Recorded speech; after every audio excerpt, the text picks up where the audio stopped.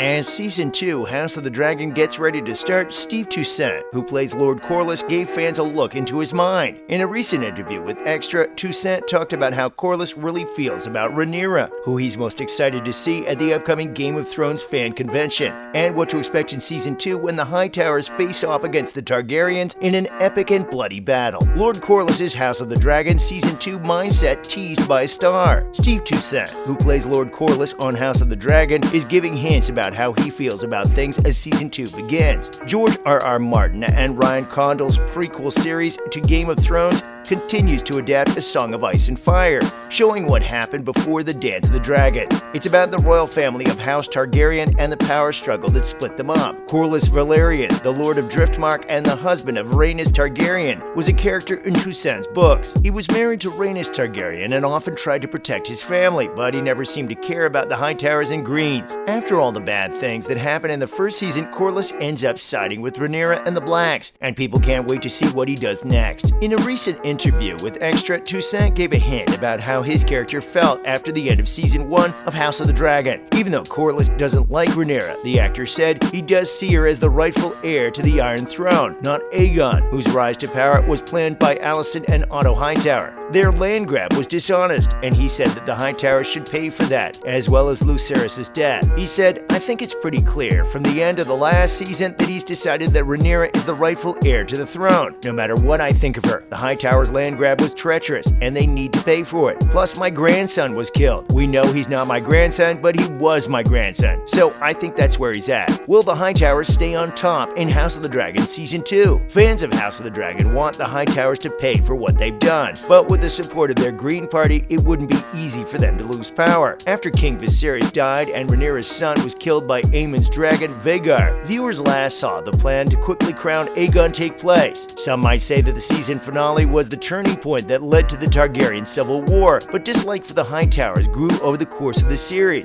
Otto's power moves were clear from the start. He told a young Alicent to get close to Viserys and told the king that Aegon should be his heir soon after he was born. Alicent has also done some questionable things because of her problems with Rhaenyra and her relationships with both Lord Larys and Sir Criston Cole. The Blacks made Rhaenyra queen, which makes it harder for the Hightowers to keep their power. Her father told her that one day she would take over the Iron Throne. With Aegon's sudden coronation, you can't expect her to fight for what is rightfully hers. There is also the matter of Lucerys' death, which will be hard for Alicent to explain. Both Rhaenyra and Corlys want the Hightowers to pay for that, so it will be interesting to see what kind of direct action they take. Lord Corlys' promise of loyalty to Rhaenyra means that the Hightowers will have to face a lot of strong opponents during the Dance of the Dragons. This will make it harder for them to keep their claim to power. House of the Dragon Season 2 probably won't come out until 2024, so people who want to know what happens next will have to wait. But Toussaint's words give us a lot to look forward to, and when House of the Dragon comes back, viewers will be able to see how Corlys and other characters react. Next, HOTD perfectly flipped Game of Thrones' Ned Stark death trick. The death of Ned Stark in the first season of Game of Thrones was a turning point not only for the adaptation of A Song of Ice and Fire, but also for TV as a whole. House of the Dragon cleverly turned that moment on its head. Given how much Game of Thrones changed pop culture, it would be hard to go back to Westeros for a prequel or any other spinoff. It was easy to guess that the world of Game of Thrones would keep going, and after George R.R. Martin's book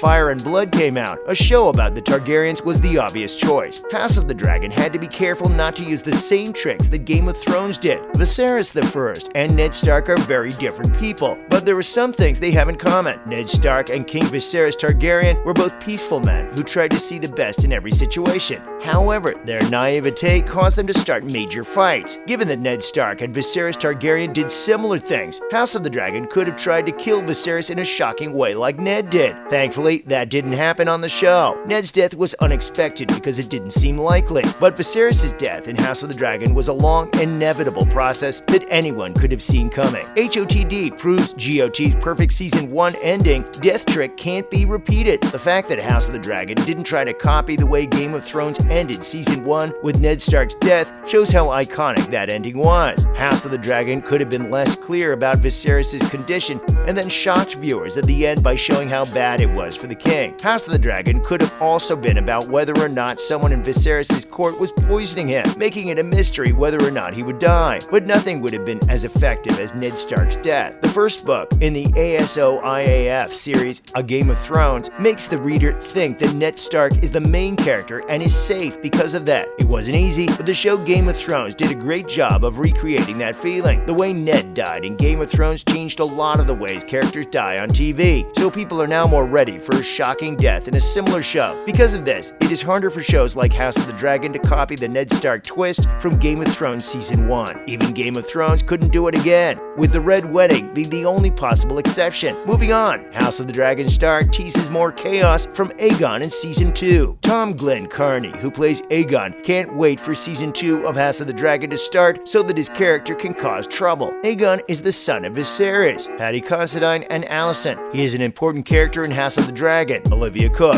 Even though the king has always supported Rhaenyra, Emma Darcy, as his heir, his birth was a threat to her claim to the throne. After a 6-year time jump, Tom Glenn Carney took over the role of Aegon, which had been played by Ty Tennant when he was a teenager. This happened in Season 1, Episode 8, The Lord of the Tides. After Viserys died in Episode 9, Aegon took over the Iron Throne in a coup against Rhaenyra's claim. According to EW, Glenn Carney talked about what would happen to his character in Season 2 of House of the Dragon at HBO's first Game of Thrones fan convention in Los Angeles. He hinted that Aegon would have a bigger role. The actor hinted that Season 2 will be strenuous by saying that he and his co-stars are working hard to get their bodies in good enough condition for the next season. Glenn Carney said that he liked how complex Aegon's character was and that he hoped the character wouldn't be turned into an out-and-out villain or psychopath. He also said that he is looking forward to seeing his character cause more havoc in Season 2 of House of the Dragon. Check out what the actor had to say. "I'm looking forward to having Aegon have a lot more meat to get his teeth stuck into and to cause more havoc, really, and to throw a spanner in the works, which he does so well." Aegon's role in House of the Dragon Season 2 explained. In Season 1 of House of the Dragon, Aegon often shows that he doesn't want to live up to his responsibilities as the king's son. His mother, Alicent, Olivia Cook, often puts him under verbal and physical pressure to do his job